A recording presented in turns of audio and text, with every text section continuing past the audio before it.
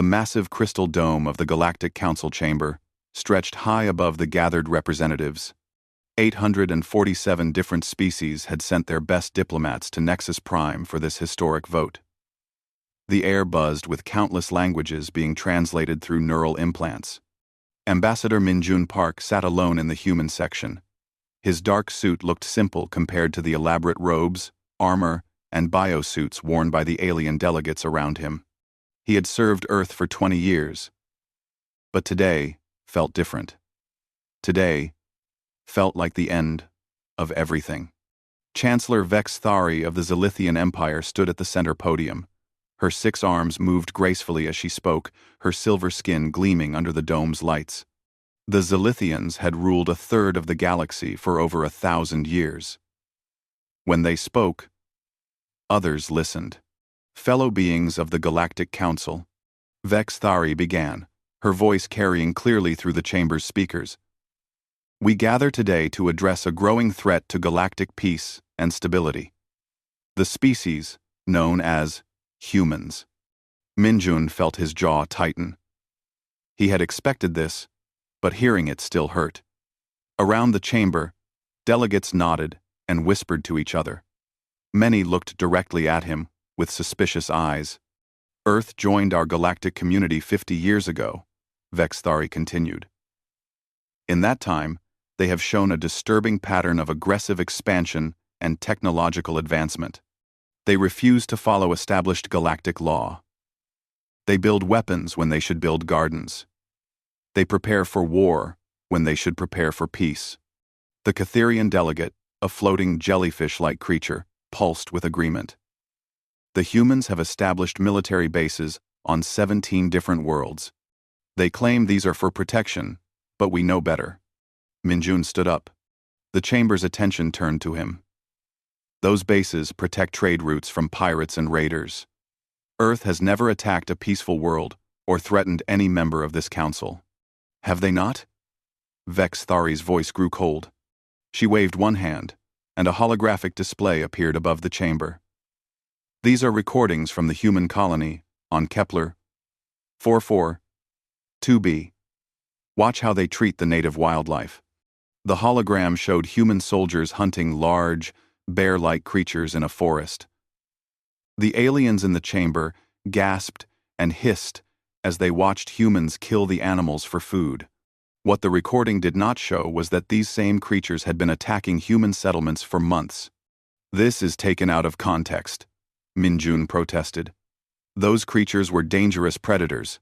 Our colonists had to defend themselves. Exactly our point, said Admiral Kexlon of the Hegemony Forces. His insect-like features clicked as he spoke. Humans solve every problem with violence. They are too primitive, too dangerous to have full membership in our civilized galaxy. Vex Thari nodded. This is why we propose Resolution 2847G. Earth will be designated a restricted development zone. They will be limited to their current technology level. No more expansion beyond their current colonies. No more weapons development. And most importantly, no faster than light travel technology. The chamber erupted in discussion. Minjun felt his heart sink. This was not just limiting Earth's growth. This was slavery, with extra steps. You cannot do this, he said loudly, his voice carrying over the noise. Earth has followed every galactic law. We have contributed to scientific research, trade, and peacekeeping efforts. We deserve the same rights as every other species here. Rights are earned through civilized behavior, Vex Thari replied. Humans have proven they cannot be trusted with advanced technology. Look at their own history. Wars, genocide, environmental destruction. They nearly destroyed their own planet before we found them. That was our past, Minjun said firmly. Every species here has a violent history. The Zilithians conquered half the galaxy through war. The Catherians enslaved 6 different species before joining the Council. The Hegemony used biological weapons against their own people. Why are humans different? No. Number 4. Because, Admiral Kexlon buzzed, those species learned to become civilized. Humans still think like predators. They still act like warriors. They cannot be allowed to spread this disease to the rest of the galaxy. The vote was called. One by one, species after species voted in favor of the resolution. The Andromedan Collective voted yes. The Tau Ceti Union voted yes. Even species that had been friendly with Earth voted yes. Min Jun watched in horror as the numbers climbed higher and higher. 844 votes in favor. 0 votes against. 3 abstentions from small, powerless species who were too afraid to vote either way. The resolution passes, Vexthari announced. Earth is hereby designated a restricted development zone under Galactic Council authority. All trade with Earth is suspended. All technology transfers are banned. All human expansion beyond current territories is forbidden. Min Jun stood up slowly. The chamber had gone quiet. Every eye was on him. He looked around at the delegates who had just condemned his species to eternal servitude. You have made a terrible mistake today, he said, his voice steady despite the fury burning inside him. You think Earth is weak because we are young. You think we are stupid because we are different. You believe we will accept this judgment and fade quietly into history. He walked toward the exit, his footsteps echoing in the silent chamber. At the doorway, he turned back. You have made Earth your enemy. All of you. And we will remember this betrayal. Every name, every vote, every species that chose to chain us today. When the time comes, and it will come, you will understand what you have done. The doors closed behind him with a soft hiss. In the chamber, some delegates shifted uncomfortably. Others laughed. Most simply felt relieved that the human problem had been solved.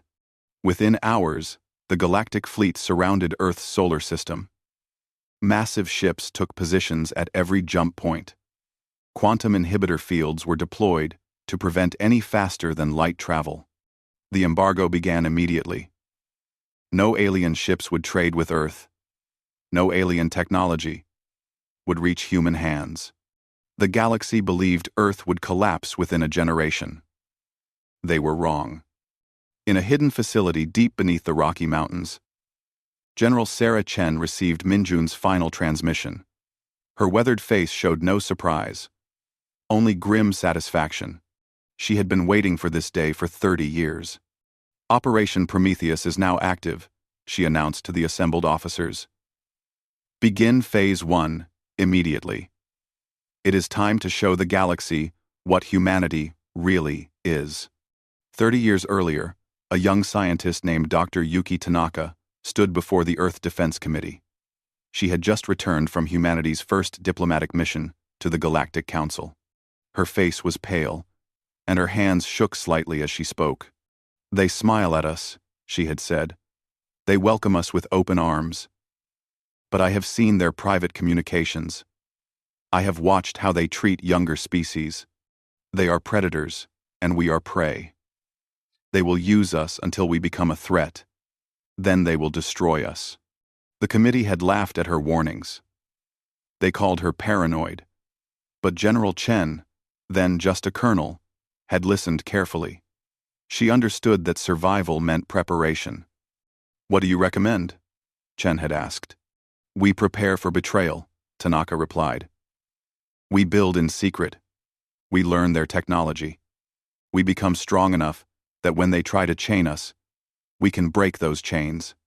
Now, 3 decades later, Chen stood in the command center of Prometheus Base. The massive underground facility stretched for miles beneath the Colorado mountains. Thousands of people worked here, all sworn to absolute secrecy. Not even Earth's government knew the full scope of what they had built. Commander David Kim approached with a datapad. His cybernetic eye glowed softly in the dim light. Like many of the Prometheus personnel, he had volunteered for enhancement procedures that most humans would consider extreme. All Ghost Fleet units report ready, he said. We have confirmed positions on 127 different star systems. Our deep space colonies have maintained perfect operational security for 28 years. Well, this one, 7027. Chen nodded. The Ghost Fleet was humanity's greatest secret. Using stolen and reverse-engineered alien technology, they had built ships that could travel faster than light, without using conventional jump drives. More importantly, these ships were completely invisible to alien sensors. What about the population counts? Chen asked. Alien intelligence believes Earth's population is 12 billion, Kim replied. They have no idea about our colonies. The real number is over 30 billion humans across 200 different worlds. Chen smiled grimly. While the aliens had been watching Earth, humanity had been quietly spreading across the galaxy. They used hidden jump routes and cloaked ships to establish colonies on worlds the aliens had never explored. Each colony was self-sufficient and armed. Dr. Lisa Park, Minjun's daughter, entered the command center. She had spent 15 years working in alien laboratories, learning their secrets while pretending to be a simple research assistant. Her real job had been much more important. The technology integration is complete, she reported. We have successfully combined human innovation with alien engineering. Our new weapons are 300% more efficient than standard galactic military equipment. Our defensive systems can absorb energy attacks and redirect them back at attackers. Show me, Chen said. Lisa activated a holographic display. It showed a sleek ship unlike anything in the galaxy. The hull seemed to shift and change shape as they watched. Weapons emerged and disappeared like living tissue. This is the Retribution-class battleship, Lisa explained. The hull uses programmable matter that can adapt to any situation. It can look like an asteroid, a civilian transport, or a warship, depending on what we need. The weapons system draws power directly from zero-point energy. And the best part, it can manufacture copies of itself using raw materials. Chen studied the display. How many do we have? Currently, 847 completed ships, but they are building more every day. By the end of the month, we will have over 1,000. Kim pulled up another display. Our enhanced soldiers are ready as well. The volunteer program has produced 50,000 fully augmented personnel. They are faster, stronger, and smarter than baseline humans. More importantly, they can interface directly with our ship computers. What about intelligence gathering? Chen asked. We have people embedded in every major alien government, Lisa replied. The aliens think our spies are simple human traitors and diplomats. They have no idea these people have been mapping their military installations, learning their weaknesses, and preparing for war. Chen walked to the central command console. She placed her hand on the scanner, and the base's AI system activated. Prometheus, status report, she said. All systems nominal, General. The AI replied in a calm, female voice. Deep space assets report ready for immediate deployment. Colonial defense networks are fully operational. Enemy monitoring stations show no awareness of our true capabilities. They still think we are trapped in the solar system, Chen said with satisfaction. They believe their blockade is working. They have no idea that we have been building an empire while they watched Earth. Kim activated another display. This one showed the alien blockade fleet surrounding the solar system. Massive ships hung in space. Their sensors focused inward toward Earth. Admiral Kex Lon is commanding the blockade personally, he reported. He has 200 ships and thinks that is more than enough to contain us. He has no idea that our scout ships have been studying his fleet for weeks. What have they learned? Chen asked. The alien ships are powerful, but they are designed for fighting other aliens, Lisa explained. They expect energy shields, plasma weapons, and conventional tactics. They have no defense against kinetic weapons, EMP attacks, Or psychological warfare? Chen nodded. Humans had always fought differently than aliens. Where aliens relied on overwhelming firepower, humans used speed and cunning. Where aliens expected honor in battle, humans used deception and surprise. Begin Phase 1, she ordered. I want ghost ships in position around every major alien world within 48 hours. Target their communications networks, their military bases, and their leadership. What about Earth? Kim asked. The blockade will notice when ships start leaving. They will notice nothing, Chen replied. Our ships do not use their technology. They cannot see what they do not understand. Besides, we are not leaving from Earth. Our strike forces are already in position. The command center buzzed with activity as orders went out across the galaxy. On hidden worlds, human fleets prepared for war. In alien cities, human agents received their final instructions. In deep space, cloaked ships moved like ghosts toward their targets. Chen looked at the star map showing the galaxy. Red dots marked alien worlds. Blue dots showed human positions. There were far more blue dots than anyone suspected. 30 years ago, they could have welcomed us as equals, she said quietly. They chose instead to see us as slaves. Now, they will learn what slaves can become when they break their chains. The countdown began. In 72 hours, the galaxy would discover that humanity was not the weak species they had imagined. The war would begin, and it would end with a new order among the stars. Captain Lee So-young checked her chronometer as her ship drifted silently through space. In 30 seconds, human ships would decloak across 50 different star systems simultaneously. The aliens had no idea what was coming. Her target was Kythera Prime, the banking center of the galaxy. The floating jellyfish-like Kytherians controlled most galactic trade and finance. They had voted enthusiastically to enslave Earth, confident that their economic power would protect them. They were wrong. All stations report ready, her tactical officer whispered. The bridge crew spoke in hushed voices, even though no alien sensors could detect them. Old habits from months of silent running. Target locks confirmed on all primary objectives, the weapons officer added.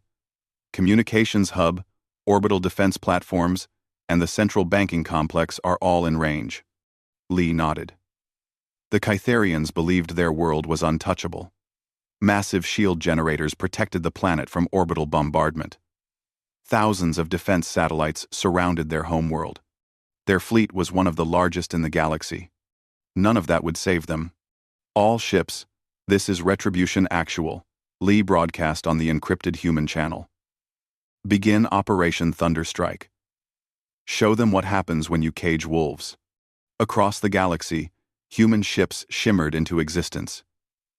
They appeared like ghosts becoming solid, their adaptive hulls shifting from transparent stealth mode to combat configuration.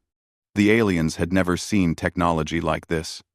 On Kythera Prime, alarms began screaming as defense satellites detected the human fleet, but it was already too late. The human ships moved faster than anything the Kytherians had ever seen. Their weapons fired with impossible precision. Lee watched as her ship's missiles struck the communications hub. The building-sized structure exploded in a brilliant flash, cutting Kythera Prime off from the rest of the galaxy. Around the planet, defense satellites died one by one as human fighters swarmed through their formations. Ma'am, we are receiving surrender signals from the Orbital Defense Commander, her communications officer reported. Tell them surrender is not an option, Lee replied coldly. They voted to enslave us. Now they face the consequences. On the planet's surface, the central banking complex was in chaos.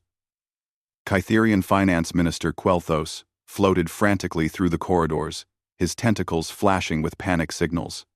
He had helped design the economic blockade of Earth. He had believed humans would collapse without alien trade. The building shook as human troops landed on the roof. They had teleported directly from their ships. Another technology the aliens did not understand. Plasma cutters sliced through the reinforced walls like paper.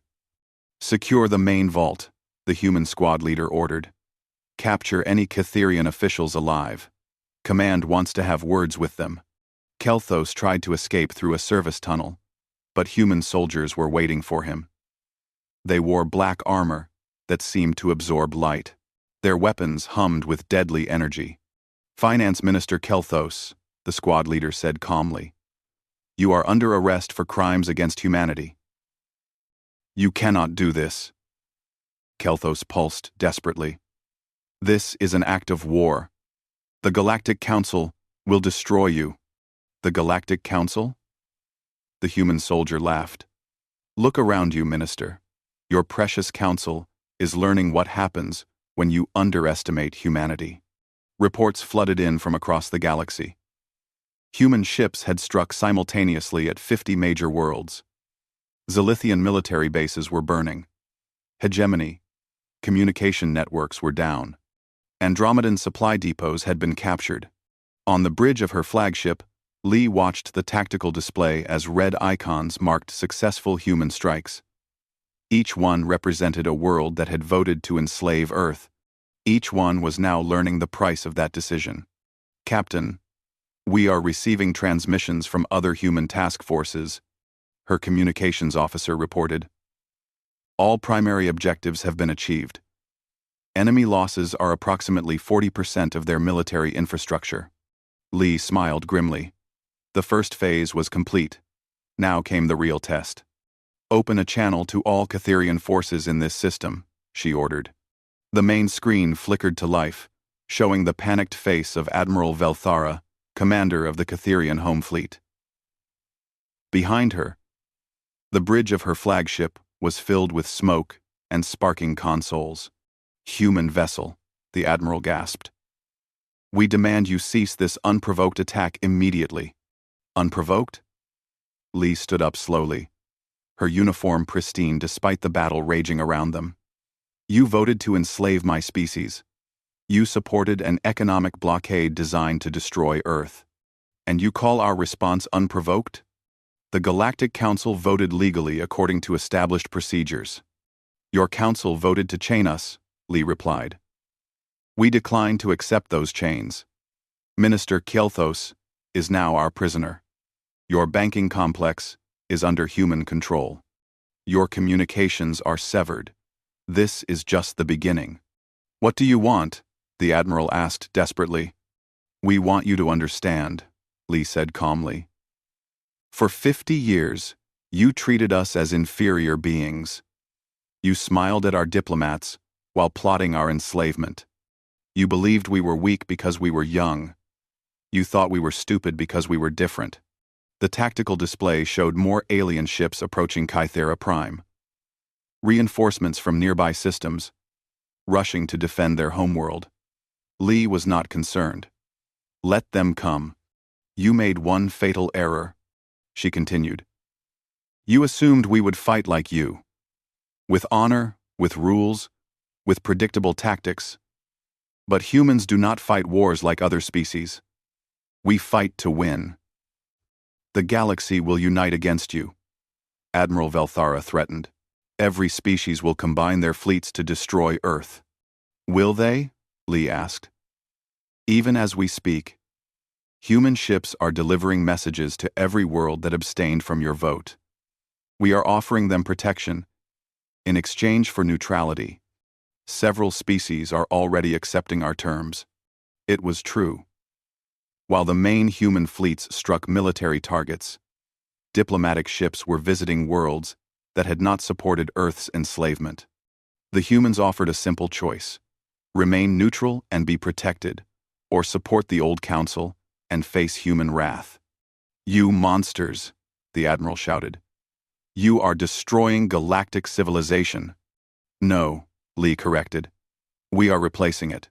Your civilization was built on the idea that stronger species could dominate weaker ones, that older empires had the right to limit younger ones. We reject that philosophy completely." The alien reinforcements arrived and immediately engaged the human fleet. Lee watched calmly as her ships tore them apart. Human weapons technology was decades ahead of anything the aliens possessed. Human tactics were completely outside their experience. "This cannot be happening," Admiral Velthara whispered as her reinforcements died around her. "This is exactly what happens," Lee replied. "When slaves break their chains, your species chose to see Earth as property to be controlled. Now you will learn what property can become when it decides to own itself." The last alien warship exploded in a brilliant flash. Kythera Prime was completely under human control. Their banking system was in human hands.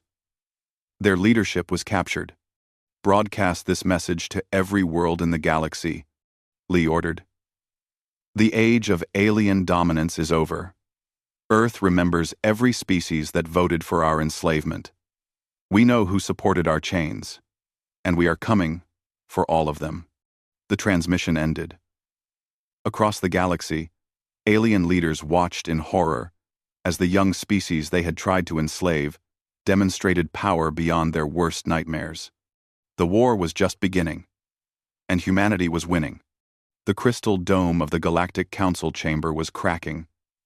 Emergency lights flashed red as delegates screamed in panic.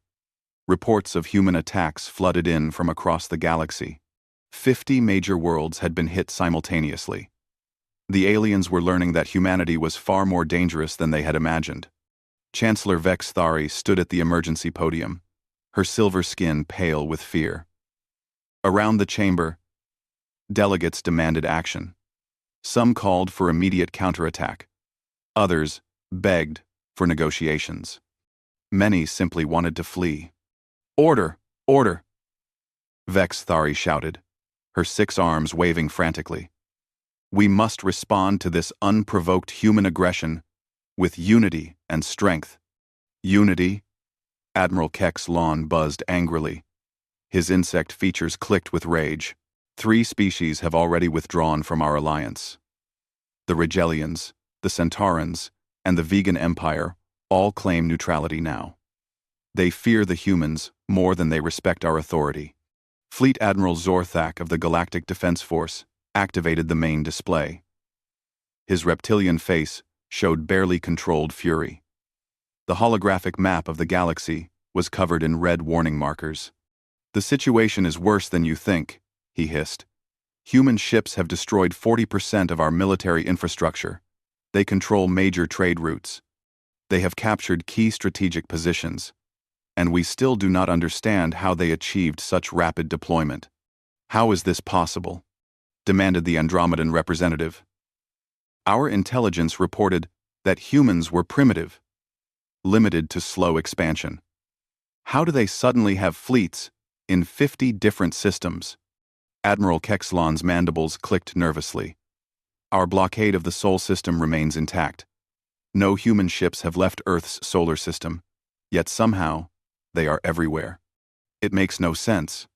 On Nexus Prime's orbital defense platform, Captain Yexmari watched her sensors with growing horror. Something was happening in deep space. Her instruments detected massive energy signatures approaching the galactic capital, but the readings made no sense. "Central Command. This is Defense Platform 7, she transmitted urgently. "I am detecting unknown contacts approaching Nexus Prime. Count is, this cannot be right. Over 200 ships, approaching at impossible speeds." In the council chamber below, Fleet Admiral Zorthak received the report. His face went deadly pale. "All delegates, evacuate immediately," he roared. "Human fleet inbound. This is not a drill." But it was too late. Space around Nexus Prime shimmered as human ships decloaked.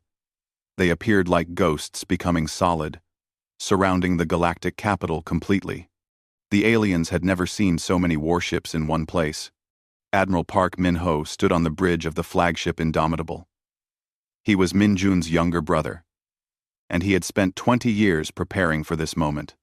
His fleet represented the full power of humanity's hidden navy. "All ships, this is Fleet Command," he broadcast. "Begin orbital bombardment of military targets only. Avoid civilian areas." We are here to end alien government, not commit genocide. Human weapons opened fire with devastating precision. Orbital defense platforms exploded one by one. Military installations on Nexus Prime's surface burned under concentrated plasma fire. The alien fleet defending the capital tried to respond, but human technology was decades ahead of their capabilities. "Sir," his tactical officer reported, "alien flagship is attempting to flee the system." Minho watched as Zorthok's massive dreadnought tried to escape. The ship was 3 times larger than any human vessel, but size meant nothing against superior technology. "Disable their engines," Minho ordered. "I want Zorthak alive. He owes Earth an explanation for his vote." Human fighters swarmed the alien dreadnought like angry wasps. Their weapons targeted the ship's propulsion systems with surgical precision. Within minutes, the massive vessel was dead in space, its engines destroyed. "Admiral Zorthak," Minho transmitted to the crippled ship. "This is Admiral Park Minho of the Terran Navy. You are defeated. Surrender now, and your crew will be treated according to the laws of war." "Laws of war?" Zorthok's reptilian face appeared on the screen, his eyes burning with hatred. "You attack without warning. You ignore all civilized conventions. You are barbarians." "Barbarians?" Minho laughed coldly. "You voted to enslave our entire species. You supported an economic blockade designed to destroy Earth. You called us primitive and dangerous. Now you learn what primitive and dangerous really means." On the planet's surface, human assault troops landed near the council chamber. They moved through the building with ruthless efficiency, capturing delegates who had voted for Earth's enslavement. Some aliens tried to fight. Others begged for mercy. A few attempted to bargain with offers of technology and wealth. The humans ignored all pleas. They had come for justice, not negotiation. Chancellor Vex Thari was found hiding in her private chambers, trying to send coded messages to her homeworld. Human soldiers burst through the door just as she finished encoding a transmission. "Chancellor Vex Thari," the squad leader said calmly, "you are under arrest for crimes against humanity. Specifically, conspiracy to enslave a sentient species. You cannot arrest me." She protested, her 6 arms gesturing frantically. "I have diplomatic immunity. I represent the Zilithian Empire." "Your empire voted to chain us," the soldier replied. "Diplomatic immunity does not protect war criminals. You are coming with us." Across the galaxy, similar scenes played out on dozens of worlds. Human forces captured alien leaders, destroyed military installations, and demonstrated technological superiority that shocked the galactic community. Species that had seemed powerful for centuries crumbled before human innovation. But the aliens were not finished. In secret facilities across the galaxy, they began preparing their ultimate weapons, planet-killing devices that could sterilize entire worlds, bioweapons designed to target human DNA, quantum bombs that could collapse star systems. Admiral Kex Lon commanded the largest battle fleet ever assembled, nearly 3,000 ships from dozens of different species. Their mission was simple: destroy the Sol system and end the human threat forever. "If we cannot enslave them," he buzzed to his assembled commanders, "then we must exterminate them. Humanity has proven too dangerous to exist. They must be wiped from the galaxy completely." The massive fleet jumped toward Earth, carrying enough firepower to crack planets. But they were walking into a trap. Humanity had been preparing for this moment for 30 years. Earth's real defenses were about to be revealed. In the hidden command centers scattered across human space, General Chen received reports of the approaching alien armada. She smiled grimly as she activated humanity's final surprise. "Operation Prometheus, Phase 3, she announced. "Show them what Earth really is." Deep space sensors detected massive energy signatures throughout the Sol system. What the aliens had thought was a single inhabited world revealed its true nature. Hidden shipyards emerged from stealth fields. Orbital fortresses decloaked around every planet and moon. Battle stations that had been disguised as asteroids activated their weapon systems. Earth was not a trapped world. It was the heavily fortified heart of a galactic empire that had been growing in secret for decades. And now, that empire was ready for war. The alien fleet arrived expecting to find a helpless planet. Instead, they found themselves facing the largest concentration of military power in galactic history. The final battle for control of the galaxy was about to begin. The alien armada arrived at the edge of the Sol system, expecting to find a desperate, trapped planet. Instead, Admiral Kexlon found himself facing the largest military force in galactic history. His sensors showed impossible readings. Where there should have been empty space, massive battle stations appeared. Where there should have been asteroids, armed fortresses revealed themselves. "This is impossible," he buzzed to his tactical officer.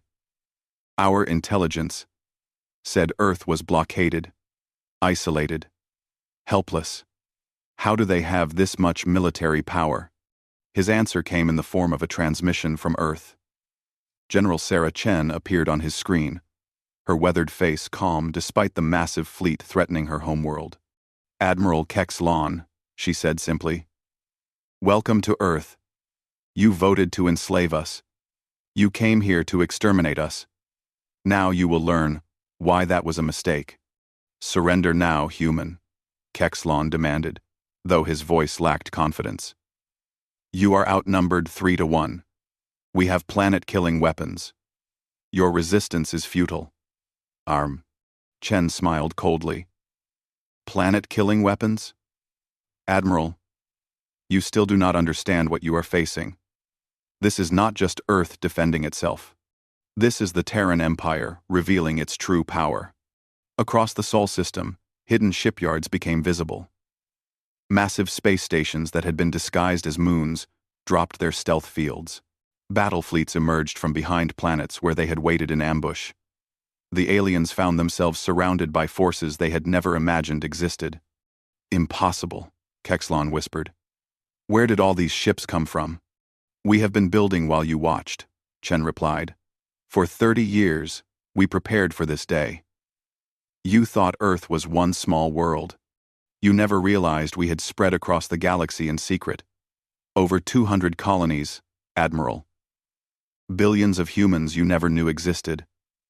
Thousands of ships you never detected. The battle began without warning. Human vessels moved unlike anything the aliens had ever seen. They shifted shape, becoming sleek fighters one moment and massive battleships the next. Their weapons fired with impossible accuracy, targeting alien ships with surgical precision. Admiral Kexlon watched in horror as his mighty fleet was torn apart. Alien ships that had dominated space battles for centuries were destroyed in seconds by human technology. His forces could not even lock onto the human vessels with their weapon systems. "How are they doing this?" he demanded of his science officer. "Their technology is completely unknown," the officer replied frantically. "They appear to be using some form of programmable matter for their hulls. Their weapons draw power from 0-point energy. They known to 70. Their propulsion system does not match any known physics." On Earth's surface, crowds gathered to watch the battle in the skies above. They had lived for months under the alien blockade, told by their government that negotiations were continuing. Now they learned the truth. Their military had been preparing for war while their diplomats bought time. The alien fleet was losing badly. Ships exploded in brilliant flashes as human weapons found their targets. Escape pods scattered in all directions as crews abandoned burning vessels. Within hours, Admiral Kexlon's mighty armada was reduced to scattered survivors fleeing in panic. But humanity was not finished. Admiral Park Min-ho's fleet arrived from Nexus Prime, driving the surviving alien ships before them. The battle for the Sol system became a complete rout. "Admiral Kexlon," Chen transmitted to his damaged flagship, "your fleet is destroyed. Your invasion has failed. Will you surrender? Or do you prefer to die with your ship?" Kexlon looked around his ruined bridge. Most of his crew were dead or wounded. His ship was barely functional. The proud fleet he had commanded was gone. How? He asked desperately. How did you become so powerful so quickly? 50 years ago, you were primitives who had just learned to travel between stars. 50 years ago, we were naive enough to trust the galaxy's promise of peaceful cooperation, Chen replied. But some of us were wise enough to prepare for betrayal. While you smiled at our diplomats, we built hidden fleets. While you voted to enslave us, we prepared for war. You taught us not to trust alien promises, Admiral. We learned that lesson well. Across the galaxy, the news of humanity's victory spread quickly. The mighty Galactic Council fleet had been destroyed. The human blockade was broken. Earth had revealed itself as the dominant military power in known space. On dozens of worlds, alien governments fell into chaos. Species that had voted for Earth's enslavement now faced human fleets demanding surrender. Some tried to fight. Others begged for mercy. Many simply collapsed as their populations learned the truth about human power. The Zilithian Empire, once the proudest force in the galaxy, sued for peace after human ships appeared over their capital world. The Catherian Banking Consortium offered massive reparations in exchange for their survival. The Andromedan Collective dissolved entirely as member worlds scrambled to make separate deals with Earth. Within 6 months, the old Galactic Council was finished. In its place, humanity established the Terran hegemony. Earth became the galactic capital. Human law replaced alien regulations. The species that had voted for Earth's enslavement found themselves subject to human authority. But humanity proved surprisingly merciful in victory. War criminals were tried and punished, but their species were not exterminated. Reparations were demanded, but not at levels that would cause starvation. Former enemies were given chances to earn redemption through service to the new galactic government. Ambassador Minjun Park, who had warned the Council of their mistake, became the first Terran Chancellor. His brother Min Ho commanded the Galactic Defense Force. General Chen became the Director of Human Colonial Affairs, overseeing the integration of former alien territories.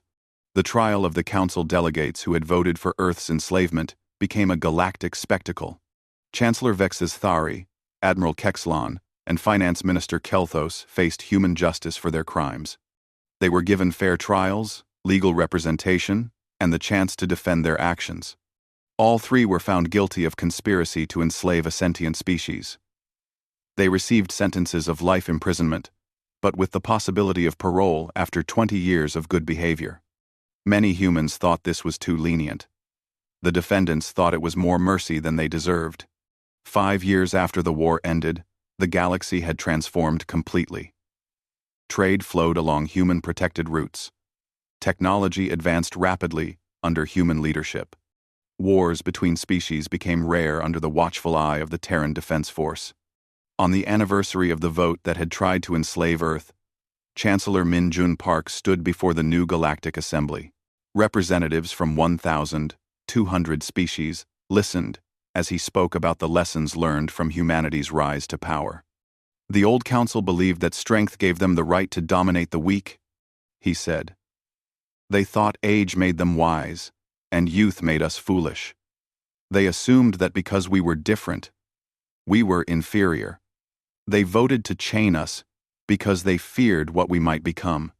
He paused, looking out at the mixed audience of humans and aliens who now worked together in galactic government. They were right to fear us, he continued. But not for the reasons they imagined. They feared our weapons, our ships, our military power. What they should have feared was our determination never to kneel before anyone. They should have feared our refusal to accept limitations imposed by others. They should have feared our belief that freedom is worth any price. In the audience, former enemies sat beside former victims. Zilithians worked with humans on trade agreements. Kytherians managed galactic finances under human oversight. Even Admiral Kexlon, released on parole after serving his full sentence, worked as an advisor to the defense force that had once destroyed his fleet. The galaxy had learned a valuable lesson. Never underestimate the species you try to enslave. Never assume that chains will hold those determined to be free. And never forget that the greatest strength is not in weapons or ships, but in the courage to fight for what you believe is right. Earth had been given a choice between slavery and war. They chose war, and won freedom not just for themselves, but for every species strong enough to earn it. The galaxy was better for their victory, even those who had once called them enemies.